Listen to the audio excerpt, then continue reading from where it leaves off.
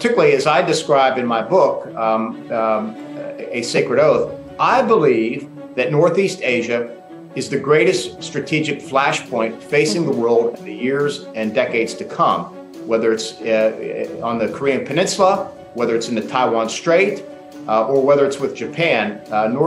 Northeast Asia is the flashpoint, I think, for the world because of the great consequences that a conflict in that part of the region would impact around the world globally. Secretary, you just mentioned you recently published a book titled A Sacred Oath, which reveals the shocking details while serving in the Trump administration. How was your experience working in the Trump administration in that extraordinary times? Well, first, it was an extraordinary privilege for me to serve once again my country. I began at the age of 18 when I went to West Point and served on active duty in the United States Army. And then, of course, in other jobs between now and then. But it was a great honor and a privilege. The job in and of itself is always with enormous challenges, dealing with both our adversaries abroad and our allies and partners. But the Trump White House made it more complicated because it was quite unpredictable and chaotic at times. And I talk about this in great detail in the book. And again, I emphasize an entire chapter I commit to the China problem that we faced and relations with Taiwan. And when serving as Secretary of Defense, what were the greatest difficulties you ever encountered? And were the difficulties mainly caused by President Trump?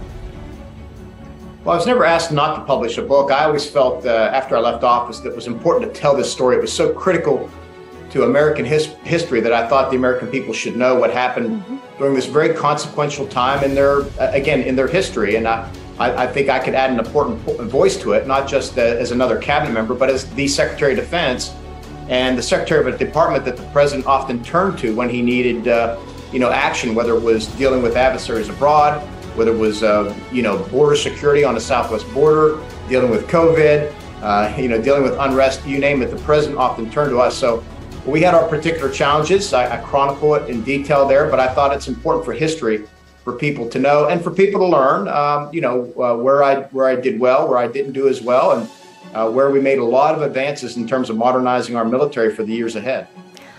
Mr. Secretary, so now comes the question.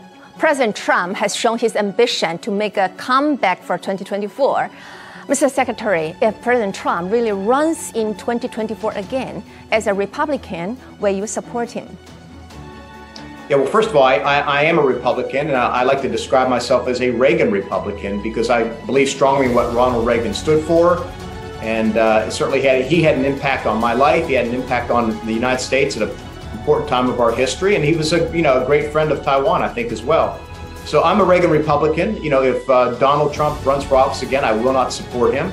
I think we need a new generation of leaders who can not only advance traditional conservative policies and principles, but also do so in a way that brings people together, that is not coarse and divisive, and that can grow the Republican base in a way that will help us win elections.